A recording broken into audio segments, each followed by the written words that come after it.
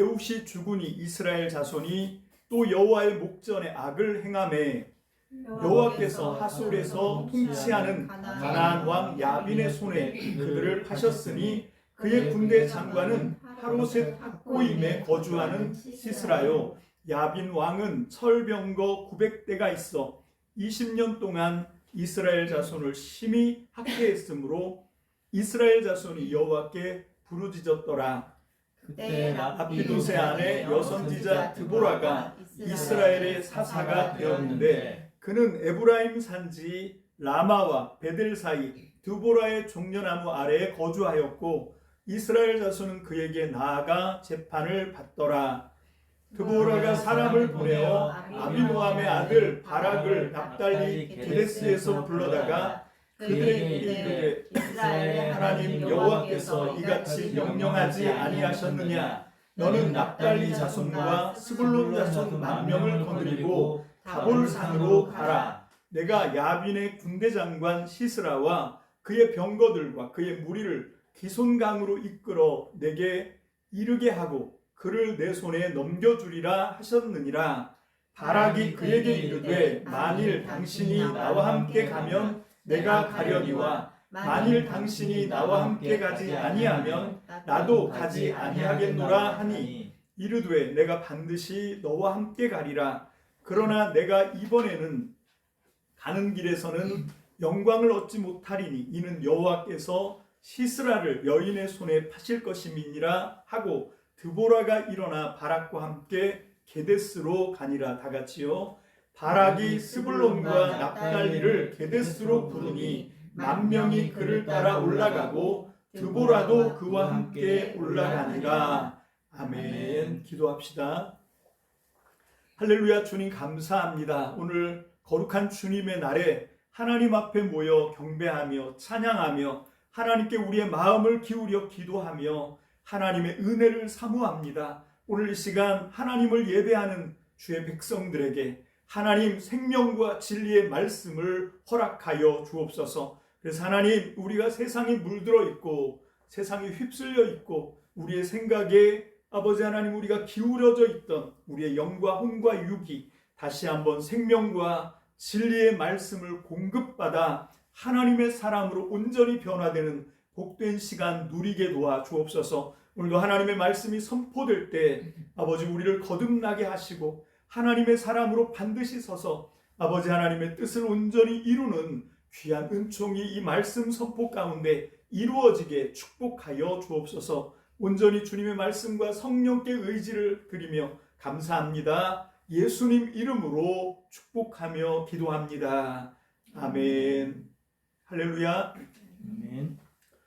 제가 이제 한 달 동안 미국에 가 있는 동안에 특히 이번 10월 달에는 굉장히 중요한 사건이 있었다라고 저는 생각을 해요. 먼저 우리가 이 사사기 4장 1절로 10절 이 사사기를 이해하는 데 있어서 이게 문학적으로 어떤 장르냐 이걸 파악하는 게 굉장히 중요하거든요. 그냥 이 글을 읽고 문장 내용을 해석하고 하는 데 있어서도 장르에 따라서 그 해석하는 방식이나 관점은 조금씩 다를 수밖에 없는데 구체적으로 성경은 이 이야기체가 있고요. 그 다음에 내러티브라고 하는데 이야기체가 있는가 하면 또 시가 있습니다. 장르가 틀리지요. 그런가 하면 이제 예언서 같은 게 있고 지금 우리가 읽고 있는 이 사사기 같은 경우는 역사 기술인데 그 가운데 전기 기술 이게 무슨 얘기인가 하면 그 외 플루타크 영웅전이라고 하는 게 있잖아요. 인물을 중심으로 해서 그 사람의 이야기를 역사 편년체로 이렇게 기록하고 있는 거를 전기문학이라고 하거든요.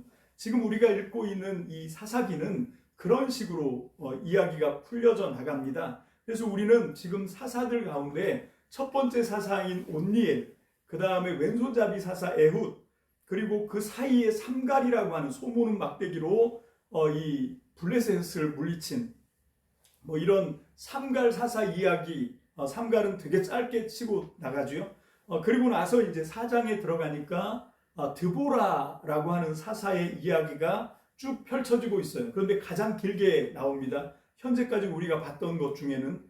그래서 4장뿐만 아니라 이제 5장에 가면 그 유명한 드보라의 노래라고 해서 5장 전체가 이제 찬양으로 시로 그렇게 또 기록되고 있는 것을 볼 수가 있습니다. 그래서 이 사사 드보라에 대한 이야기는 사사기 4장과 5장 이렇게 걸쳐서 이야기가 전개되고 있는데, 이게 문학적인 장르가 4장은 정기적 역사 기술 방법이고 5장은 노랫말이니까 시가 되겠죠. 그렇게 이제 서로 다른 문학 장르가 겹쳐져 있습니다. 제가 아까 이 설교 서두에 우리가 이제 10월 달에 굉장히 중요한 사건이 있었다.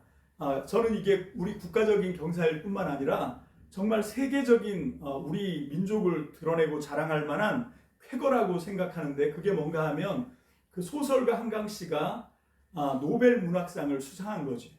여러분, 지금 이 한국 출신의 사람으로 이 노벨상을 수상하는 데서는 중요한 게 어디서 태어났느냐가 중요하기 때문에 우리나라 출생 사람으로 노벨상을 받은 사람이 총 3명입니다.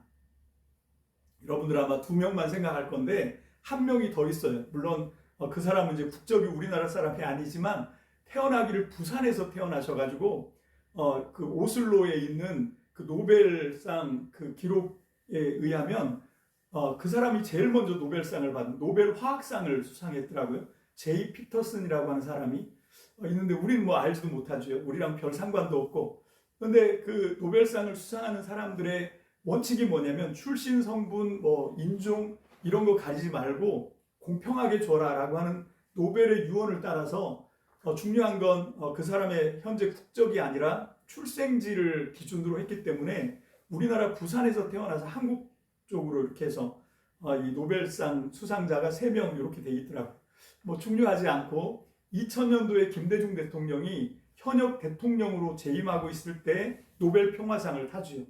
그가 노벨 평화상을 탄 이유는 북한의 문을 처음으로 열고 평양에 가서 그 6월 달에 평양에 가서 평양과 이제 평화 조약 뭐 이런 거를 이 상호 불가침 이렇게 해서 6월 달에 그거를 맺은 뭐 이게 굉장히 중요한 쾌거이기도 하지만 정말 힘들고 어려웠을 때 이 김대중 대통령이 개인적인 원한이 있는데도 불구하고 용서와 이 평화를 위해서 그 사면을 하고 전두환 노태우 대통령 물론 복권이 안 됐으니까 대통령의 예우는 아님에도 불구하고 그때 당시에 그 IMF 부재 금융을 받고 있는 굉장히 힘든 상황이었기 때문에 그런 데서 또 이렇게 이념 대립으로 힘들어지면 안 되니까 김대중 대통령이 굉장히 큰 마음을 먹고 원수를 용서하는 그런 마음으로 그들을 사면시킵니다.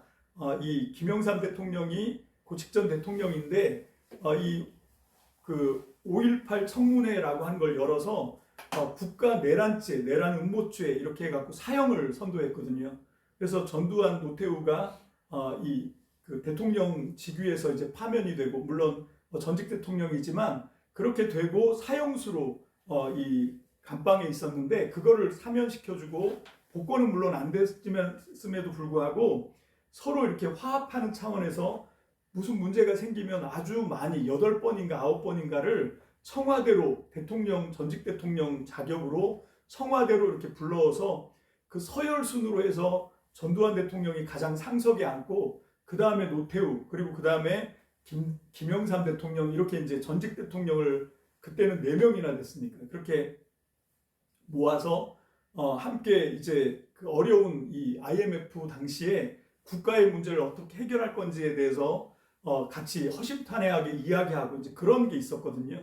그래서 김영삼 대통령은 딱 처음에 갔는데 자기가 사형 언도를 해서 감방에 넣은 사람을 사면한 것도 기분 나쁜데 청와대 갔더니 영빈관에 갔더니 상석에 그 보기 싫은 2사람이 이렇게 앉아 있는 걸 보고 화가 나서 그 다음부터는 불러도 안 갔다 뭐 이런 일화가 있는데 어쨌건 그런 그 이 뭐라 그럴까 그 삶에서 보여주는 그런 것이 노벨 평화상을 받을 만한 그런 인물이 아닌가 이런 생각을 하는데 너무 안타깝게도 그 정치적인 그 진영 좌우 대립 뭐 이런 것 때문에 그 노벨 평화상 받은 거에 대해서 사람들이 별로 그렇게 주목하지 않고 인정을 안 하고 이런 게 너무 좀 안타깝다는 생각이 있거든요. 그런데 이번에 2024년 10월 10일에 정말 생각지도 않게 스웨덴의 할리몬, 이게 왜 할리몬이냐, 이게 스웨덴 아카데미라고 하는 말을 우리말로 번역한 건데, 언젠가부터 이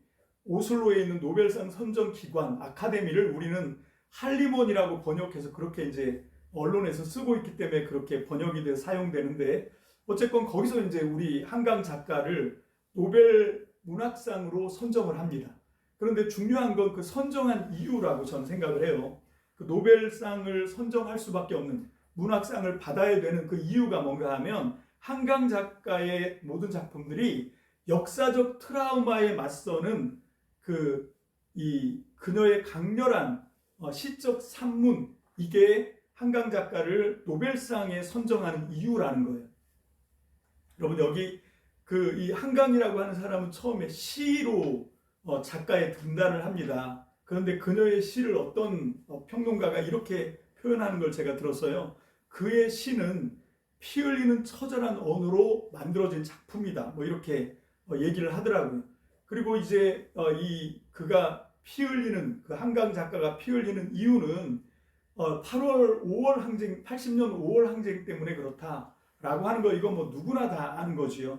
그래서 그녀는 지금까지 그 국가 공권력에 의해서 그 폭력을 당한 그런 희생자들을 위해서 눈물을 흘리면서 살고 존재하며 글을 쓰고 있다, 이렇게 저는 개인적으로 그렇게 느끼고 있습니다.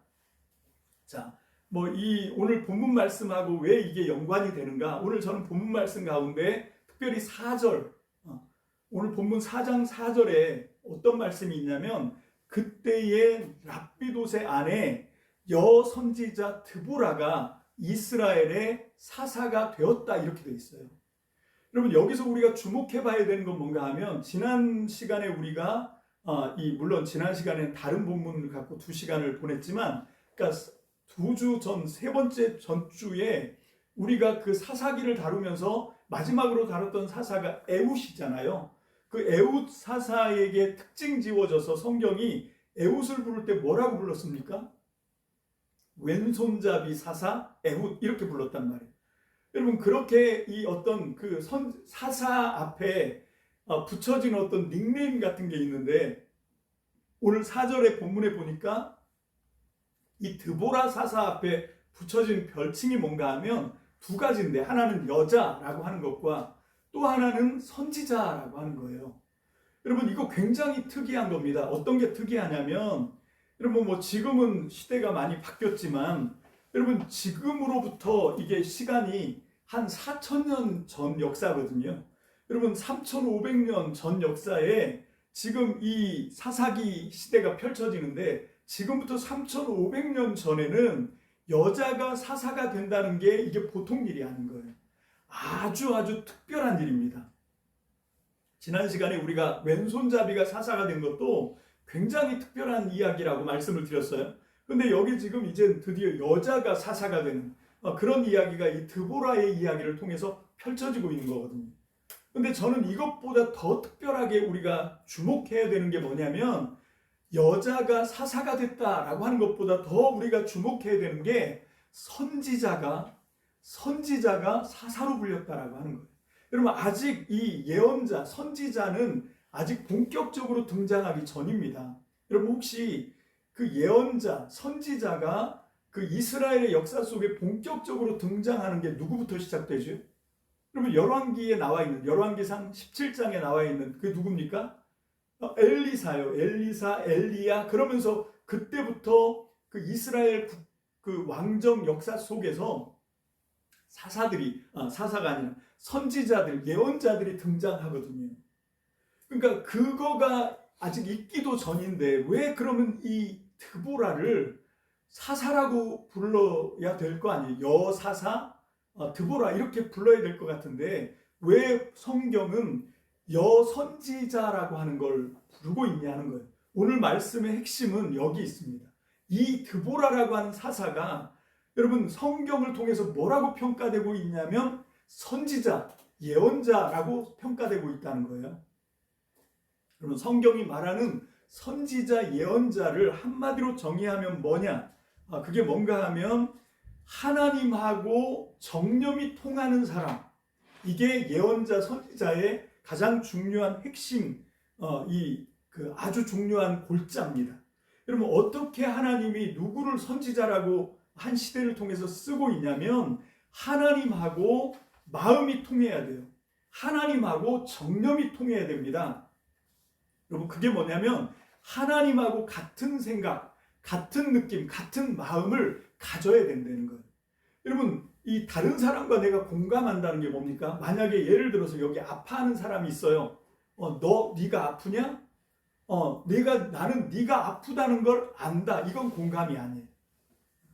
여러분, 그 유명한 드라마 대사 있죠. 그 드라마 때문에 그 이서진인가 하는 배우가 국민 배우가 되죠. 다모라고 하는 드라마, 아주 옛날에 방영된 그 드라마인데 거기서 주인공이 여자인데, 다모니까 여자인데 그 여자보다 이서진이가 훨씬 더 유명해졌던 게 저는 그 드라마의 딱 그 대사 하나 때문이라고 생각해요. 아프냐? 그 다음에 나온 대사가 뭡니까? 나도 아프다. 이게 공감이에요. 누가 아파하면 그거를 저 사람이 아프구나를 아는 게 공감이 아니라 그 사람의 아픔을 내가 같이 느끼는 게 공감이라고. 여러분, 하나님하고 정념이 통한다. 하나님하고 함께 마음이 합하여졌다라고 하는 게 뭔가 하면 하나님이 느끼시는 걸 내가 느끼는 거예요. 하나님이 아파하는 걸 나도 같이 하나님의 마음으로 아파하는 거예요. 여러분, 이게 선지자입니다. 하나님이 분노하면 함께 분노하는 거예요. 이게 선지자예요. 그냥 하나님을 아는 것, 이거는 선지자가 아닙니다. 하나님의 마음과 함께 통하는 것, 이게 선지자예요. 그래서 하나님이 아파하면 같이 아파하고, 하나님이 슬퍼하면 함께 슬퍼하고, 하나님과 함께. 여러분, 이게 선지자인데 지금 이 드보라라고 하는 여자는 아직 그렇게 본격적으로 예언자들이 나오기 거의 1000년 전 사람이거든요. 1000년 전에 살았던 사람임에도 불구하고 성경은 이 드보라 사사를 선지자라고 부르기를 주저하지 않았어요. 그럼 이게 중요합니다. 여러분, 그 아픔을 함께 느끼는 것, 이걸 도대체 뭐라고 설명을 해야 되나 하는데 하나님이 이 설교를 할 수 있도록 한강이라고 하는 작가를 통해서 그의 작품을 이 외국 사람들이 알아보고 이 사람을 노벨상으로 그렇게 선정해서 노벨상을 수상하게 했다라고 하는 걸 통해서 이게 정말 오늘 이 시간 저와 여러분들에게 하나님이 드보라를 왜 성경이 여선지자라고 부르는지를 깨닫게 해주시려고 한 거 아닌가, 그런 생각을 했어요. 저는 이 한강이라고 하는 작가가 어떻게, 지금 저보다 한 5살 어린데 70년생인데 이 여자가 어떻게 노벨상이라고 하는 그 어마어마한 상을 받을 수 있었냐면, 이 여자는 아까 얘기한 것처럼 역사적인 트라우마, 그 국가 공권력에 의해서 정말 선량한 시민들이, 국민들이 그렇게 피 흘리며 희생을 당했는데 그걸 그냥 그렇구나 하고 알고 넘어가는 게 아니라 마치 그 시대를 살았던 사람처럼 그걸 함께 아파하고 함께 그 아픔을 공유하려고 애쓰는, 여러분, 그의 작품들이 다 그런 거더라고요. 그래서 그 작품들을 이게 참 읽고 그렇게 하는 게 보통 이게 힘든 게 아닌 게 왜 그런가 하면 그 아픔, 과거의 그 아픔을 그냥 막 이렇게 헤집는 것 같은 거예요. 그래서 이 시대에 우리 그 민주화를 만들어내는 데 있어서 여러분들은 그 80년 5월 광주에서 있었던 일을 여러분들은 어떻게 이해를 하고 계시나요? 여러분, 이게 이거를 우리가 어떤 식으로 이해를 하고 넘어가야 하는가, 이게 참 중요한데, 사실 이 한강이라고 하는 작가가 이 작품 소년이 온다라고 하는 것에서 그걸 다루고 있죠. 아직 그 작별하지 않는단가, 그거 하고 그 다음에 채식주의자가 4.3 사태를 이 모티브로 해서 쓴 소설이면 두 번이나 썼던데, 여기 있는 이 소년이 온다라고 하는 건 그 80년 5월 항쟁이라고 우리가 부르는 그 5월 항쟁을 모티브로 해서 이 소설을 쓴 거거든요. 5월 달에 있었던, 광주에서 있었던 그 80년 5월 광주, 어떤 사람들은 사태 이렇게 부르고 폭동이라고도 부르는 사람이 있고, 저는 8월 항쟁이라고 그렇게 부르는데, 80년 민주항쟁 그 이야기가 여러분들은 어떻게 기억되고 계십니까? 여러분 그 5월 항쟁은 5월 17일부터 시작해서 27일 날 끝났던 열흘간의 스토리예요. 정말 아픈 이야기죠. 특히 5월 18일은 일요일이었고요. 5월 20일은 이 소설이 시작하는 시점인데 그때가 언제냐면 부처님이 오신 날로 이제 기념하던 그런 날입니다.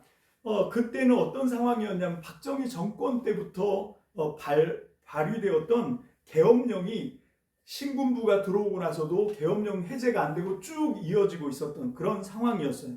그런데 그 당시에 10대 국회가 있었는데 5월 20일 날 국회 본회의가 예정돼 있었고 그 5월 20일 날 본회의에서는 뭐를 주 안건으로 삼고 있었냐면 그동안 쭉 이 계엄령이 1년 동안 이끌어져 있었는데 그 계엄령을 해제하는 것을 이 주 안건으로 딱 삼고 있었다는 거죠.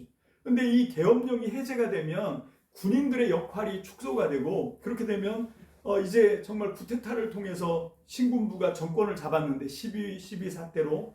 근데 이제 여기서 이 군부가 되게 위험해지는 거지. 그래서 이것을 막기 위해서 5월 17일에 우리 그 화려한 휴가라고 하는 작전명으로 이 광주 사태가 희생 제물이 되었지. 그래서 이거는 일부러 그 국가 군대가 이걸 일부러 만든 사건이다라고 하는 건 이건 뭐 거의 역사적으로 평가가 끝난 거거든요.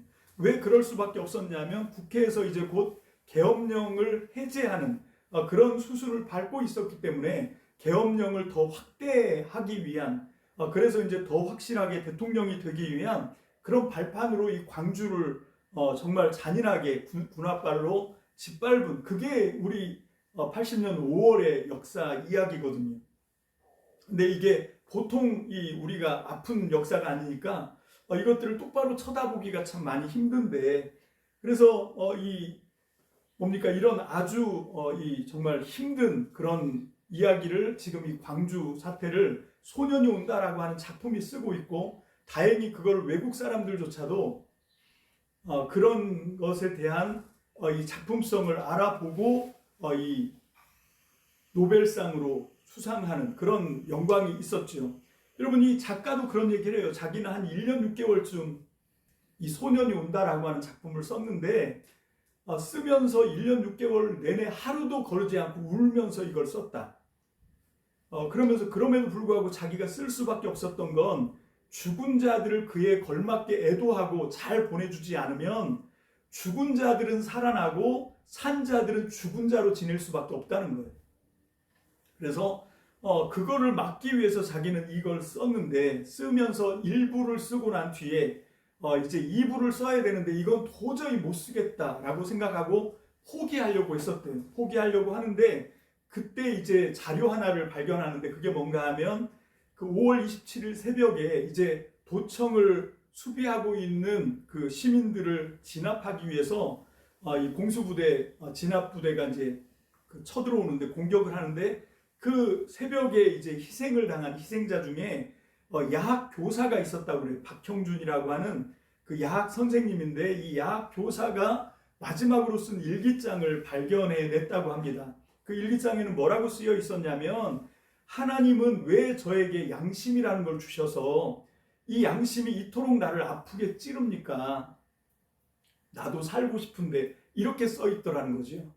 여러분 그래서 그 2부를 이 작가가 뭐라고 어떻게 하냐면 그 자기가 12살 때 그 광주 사태 사진첩을 아버지가 어디서 구해와서 그걸 12살 때 봤다는 거예요. 이 사람이 70년생이니까 12살이면 한 81년쯤 되거든요. 그때 가서 이제 자기가 살던 광주에서 어떤 일이 벌어졌는지를 이제 눈으로 보게 됐는데 그때 이 작가가 뭐라고 얘기하면 자기 속에서 뭔가가 깨지는 걸 느꼈다는 거예요. 그럴 정도로 이건 너무 처참하고 정말 감당할 수 없는 그런 엄청난 그런 장면을 이렇게 목격을 한 거죠. 그게 어떤 건가 하면 국가가 자기 백성들을 처참하게 폭력으로 짓밟은 그런 참상을 이제 이 작가가 본 거잖아요. 그걸 보고 나서 이제 그 마음의 아픔을 느꼈는데 그때 봤던 그 사진, 그 그림 장면들이 거기서 이제 뭐 그 군인들의 대검이나 총탄에 의해서 죽은 사람들의 그 시체, 주검의 사진들이 자기에게 그날에 있었던 일을 증언하더라는 거예요.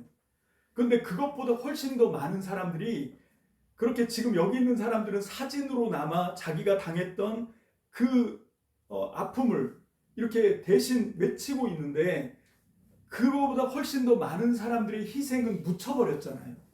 그래서 그 이야기를 쓰고 싶어서 2부에는 정대라고 하는 이 그 소년이 온다의 주인공 동호가 찾고 있었던 그 소년이 친구 정대인데 그 중학교 3학년이에요, 둘 다. 그 정미 누나를 찾아서 둘이 같이 나갔다가 5월 20일에 이제 그 이 공수부대가 쏜 총에 이 정대라고 하는 친구는 죽었거든요. 죽고 어디론가 끌려가서 묻히고 나중에는 그 시체를 꺼내서 이제 불태워졌는데 그리고 나서 이 시체가 유령이 되어서 그때 죽음을 당한 시체가 유령이 되어서 그거를 유령의 관점에서 얘기를 하는 거죠. 그게 뭐냐면 그때 묻혔던 사람들의 시각에서 이 날에 있었던 그 이야기를 듣고 싶었다는 거지.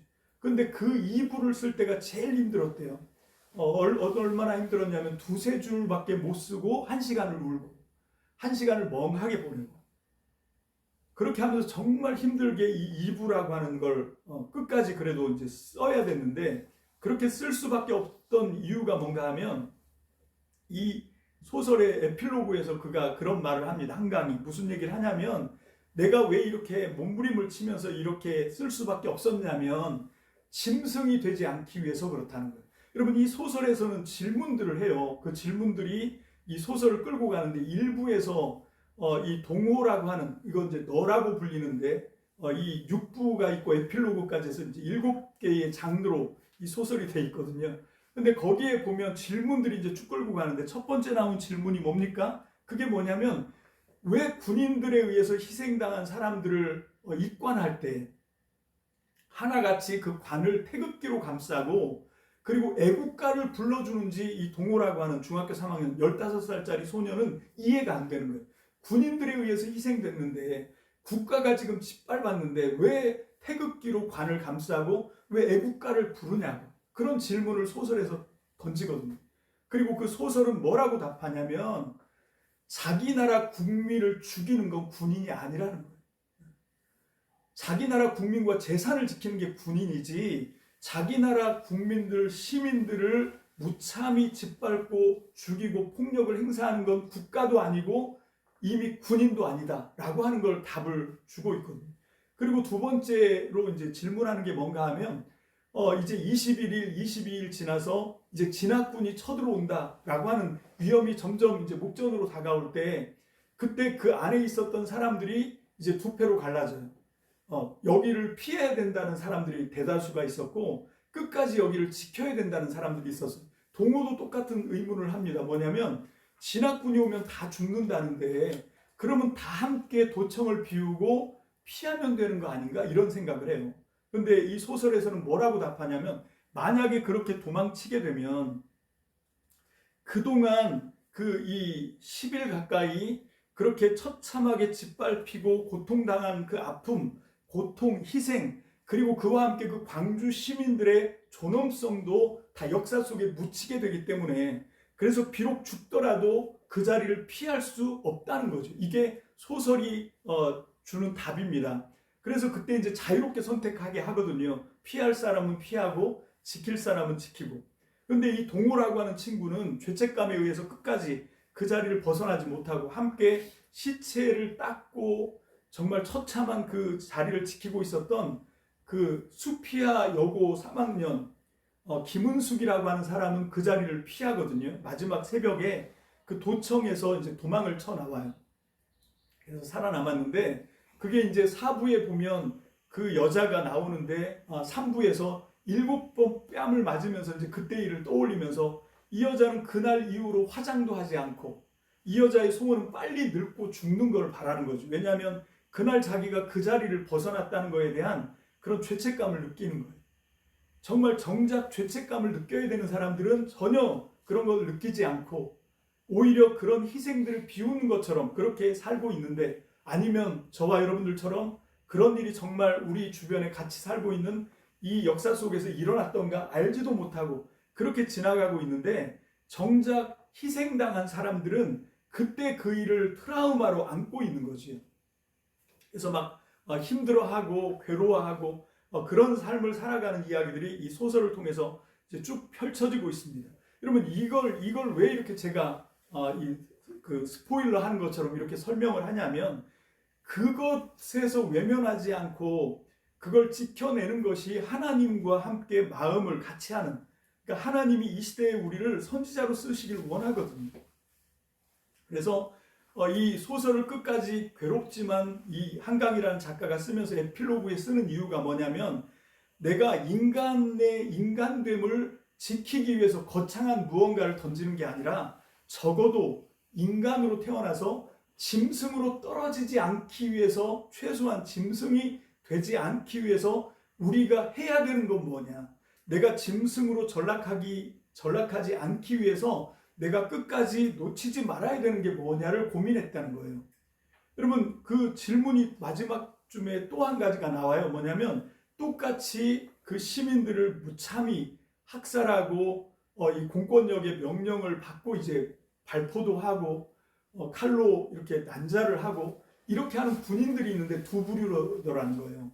어떤 군인들은 정말로 그렇게 무자비하게 이 폭력을 휘두르는 군인이 있는가 하면, 그 중에 또 어떤 군인들은 발포를 명령했을 때 공중을 향해서 쏘고 사람들이 맞지 않도록, 그리고 어쩌다가 피 흘린 사람을 보면 그 사람을 들쳐업고 그 야전 병원에 몰래 이렇게 실어 날라줘서 그 사람이 치료받도록 하는 그런 선량한 군인들이 있더라는 거예요.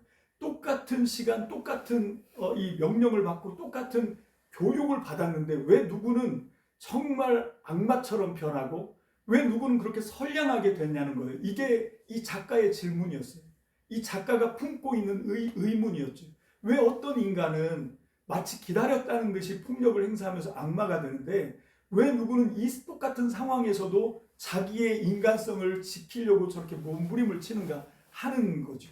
그래서 이 소설을 통해서 그 차이가 뭐냐, 저는 이 책을 읽으면서 그게 뭐냐면 고민이라고 생각했어요.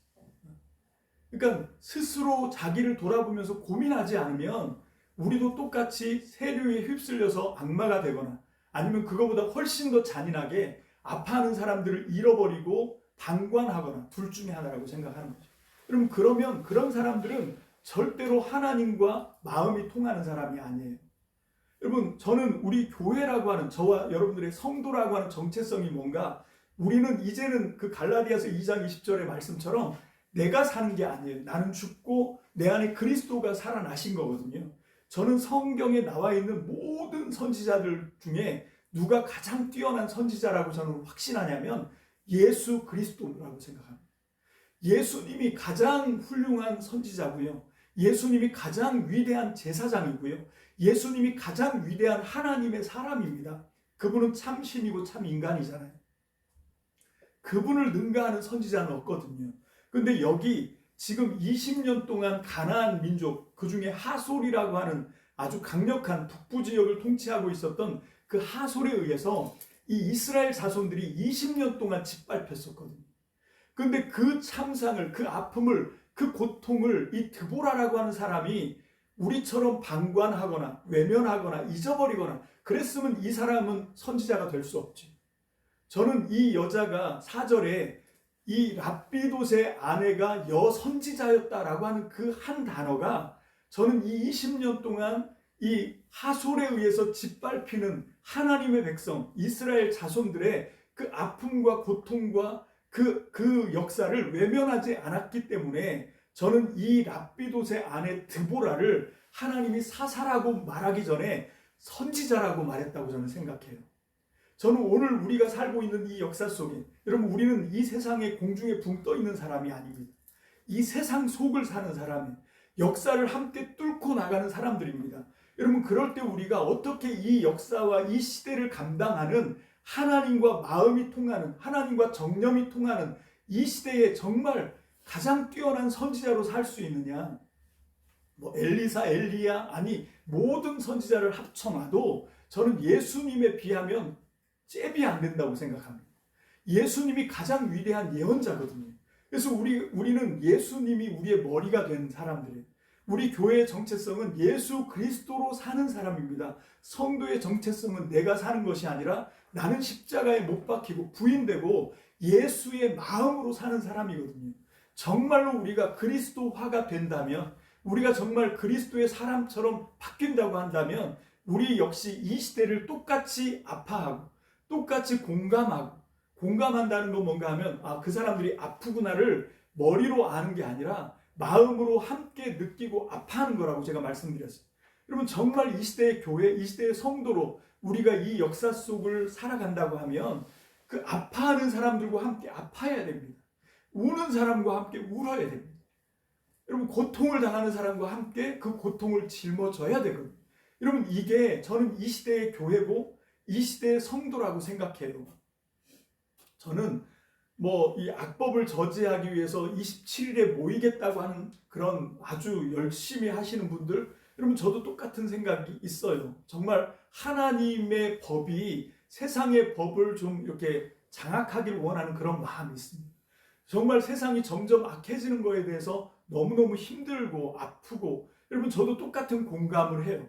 여러분, 그렇지만 그럼에도 불구하고 우리가 해야 되는 건 뭔가 하면 그것을 이루어내는 방식이 세상의 그 논리, 힘의 논리가 아니라 정말로 예수님이 이 세상에서 보여주셨던 자기 살을 찢고 피를 흘리면서 함께 아파하고 함께 슬퍼하고 괴로워하는, 여러분, 그런 걸 우리가 해야 되는 거 아닌가 생각을 해요. 저는 지금까지 교회들이 이렇게 80년 5월에 이런 일이 있었고 그 이후에도 그런 일들은 계속 반복됐었거든요. 그 이후에도 많은 일들이 최근에 우리가 돌아보면 이제 조금 있으면 2년이 되는 이 할로윈 데 이태원에 있었던 그런 처참한 일, 그거보다 더 슬픈 건 그렇게 해서 자식을 잃어버리고 사랑하는 사람을 잃어버린 사람들이 다른 걸 얘기하는 게 아니라 왜 이렇게 어처구니 없이 죽게 됐는지 진상만이라도 좀 알게 해달라. 그리고 다시는 이런 일이 일어나지 않도록 확실한 대안책을 좀 약속해달라 라고 주장하는데 그게 전혀 먹히지 않고 오히려 묵살되고 그런 지금 시대 속에 우리가 있는데, 그 일을 해결하기 위해서 교회가 무슨 일을 했을까, 이런 걸 좀 고민해 보는 거죠.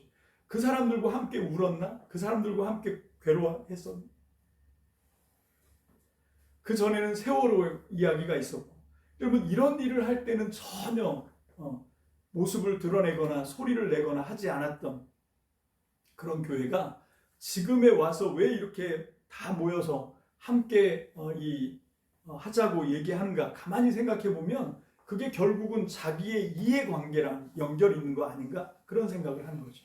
그러니까 자기한테 손해가 날 것 같으면 그 코로나 팬데믹 상황에서도 전염이 되는 걸 막기 위해서 그 교회가 모이는 것을 국가가 제한을 했는데, 그럼에도 불구하고 거기서 끝까지 그걸 저항하면서 끝까지 한 번도 그런 코로나의 방역 방침을 지키지 않고 그냥 대규모로 모이는 걸 끝까지 고집하면서 했던 그런 사람들이 주동이 돼서 지금 이걸 하고 있는 거거든요. 그러니까 이 사람들은 세상이 어떻게 되건 다른 사람들이 교회의 어떤 그런 이기심에 의해서 어떤 피해를 받든 그런 걸 아랑곳하지 않고 자기의 권익을 지키는 일에만 그렇게 비춰지는 그런 모습을 하는 사람들이 지금 이런 일들을 벌이고 있는 거 아닌가 하는 생각이 있는 거죠. 여러분, 이러면 예수님을 통해서 우리가 이 땅에서 정체성을 가져야 되는 것 중에 선지자의 역할을 해야 된다고 저는 굳게 믿는데, 그걸 우리가 하지 못하는 거죠. 세상은 어떻게 되건 상관없이 내 믿음을 지키기 위해서 세상을 우리가 이 세상과의 관계를 단절하고 이렇게 하는 것은 이게 하나님이 이 세상을 교회로 살아가고 성도로 살아가게 하는 사명에서도 많이 벗어나는 거라고 생각을 해요.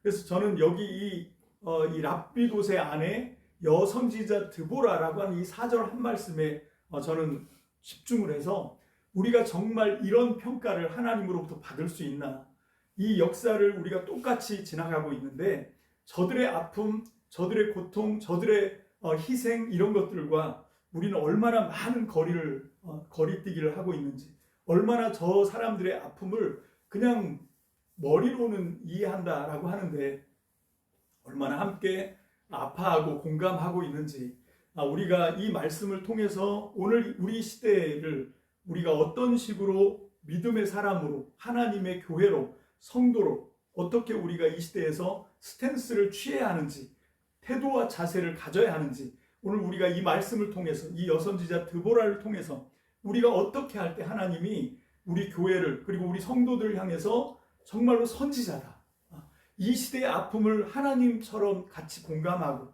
하나님처럼 같이 아파하고, 하나님처럼 우는 사람과 함께 울고, 저들을 위해서 함께 고통을 당하는, 그게 예수님의 십자가 정신이거든요. 그분이 왜 십자가에서 자기 몸을 찢습니까? 그분이 왜 십자가에서 자기 피와 물을 다 쏟습니까? 다른 것이 아니라 그렇게 해서 이 연약하고 죄 많은 인생들을 구원하기 위해서 이 죄인들까지도 잃어버리지 않고 그들을 구원하기 위해서 하나님이시면서 예수님이 인간의 몸을 입고 오셔서 보여주신 그 일이잖아요. 그리고 우리 좀 전에 성찬식 했던 것처럼 너희가 이것을 행해서 나를 기념해라 말씀하고 있습니다. 여러분, 이것을 알아서가 아니에요. 행하라고 말씀하고 있습니다. 우리도 똑같이 십자가의 도를 따라 행한다고 한다면 좀 더 우리가 함께 살아가는 이 세상을 향해서 우리가 좀 더 따뜻한 마음과 눈으로 세상을 좀 바라볼 수 있는 그런 정체성, 그런 존재감, 그런 사람으로의 변화가 정말 철저하게 우리에게 다시 한번 세워져야 되는 거 아닌가.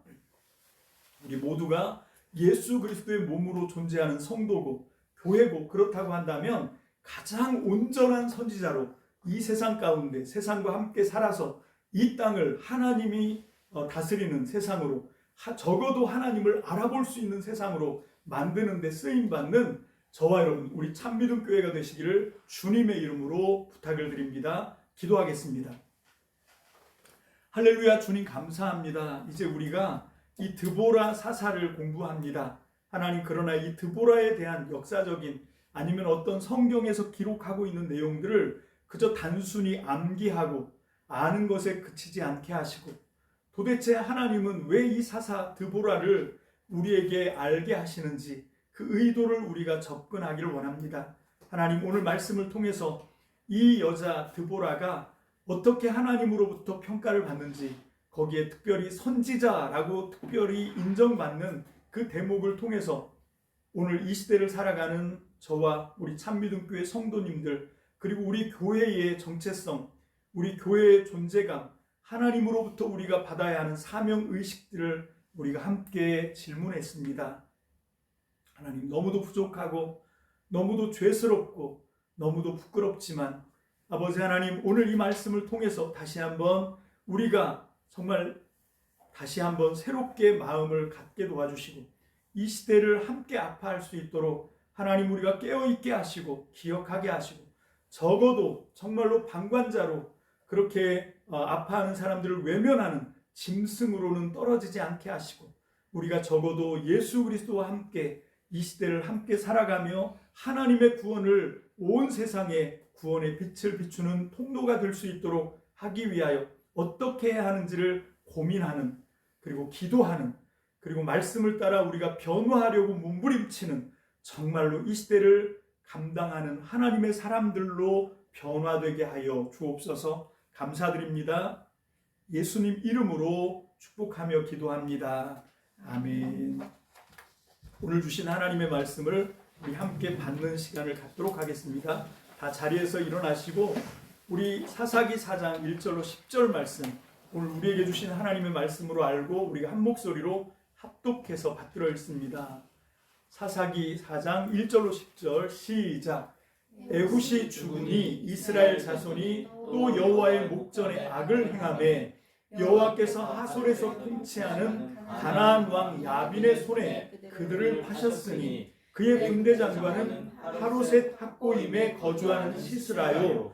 야빈 왕은 설병거 900대가 있어 20년 동안 이스라엘 자손을 심히 학대했으므로 이스라엘 자손이 여호와께 부르짖었더라.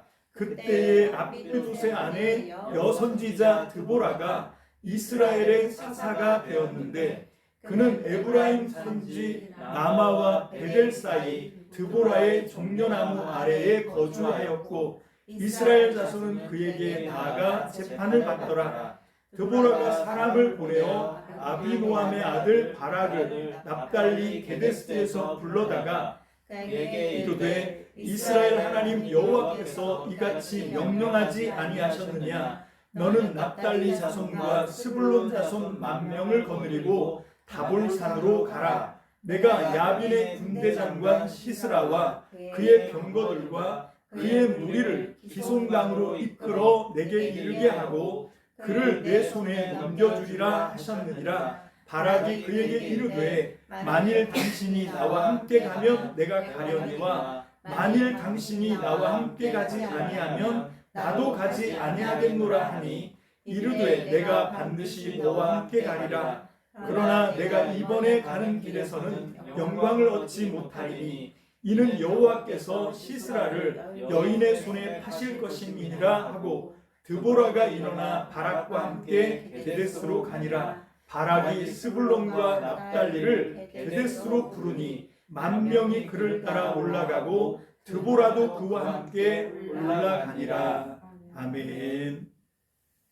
할렐루야. 이제는 우리 주 예수 그리스도의 은혜와 하나님 아버지의 무한하신 사랑하심과 성령님의 감화, 감동, 축복하시고 교통하시는 능력의 역사가 오늘 이 시간 살아계신 하나님의 말씀을 받고 우리도 이 시대에 어떤 존재로 어떤 정체성을 가지고 하나님의 성도와 그리고 하나님의 교회로 존재하며 살아가야 하는지를 고민하게 하나님 말씀을 통하여 부딪히게 말씀을 통하여 괴롭게 하시는 하나님의 은총에 감사를 드리며 하나님 이제라도 우리가 되돌아 우리 자신을 돌아보며 정말로 이 시대와 온 세상을 구원하시기를 기뻐하시는 하나님의 능력의 역사를 우리가 온전히 깨닫고 하나님 이 시대를 통하여 우리 자신이 아니라 부활하신 예수 그리스도와 그분의 십자가를 통하여 우리가 이 세상과 어떻게 교류하며 어떻게 세상을 향하여 우리가 나아가야 하는지를 진지하게 고민하고 또한 실천하기로 결단하는 사랑하는 참믿음교회 성도들 머리 위에 저들의 가정과 사업장과 저들의 모든 하는 일 위에 그리고 이 나라 이 민족의 소망인 하나님의 참된 교회들 머리 위에 그리고 우리의 장래의 소망인 우리 자녀들 머리 위에 이제로부터 영원토록 함께 있을지어다. 아멘.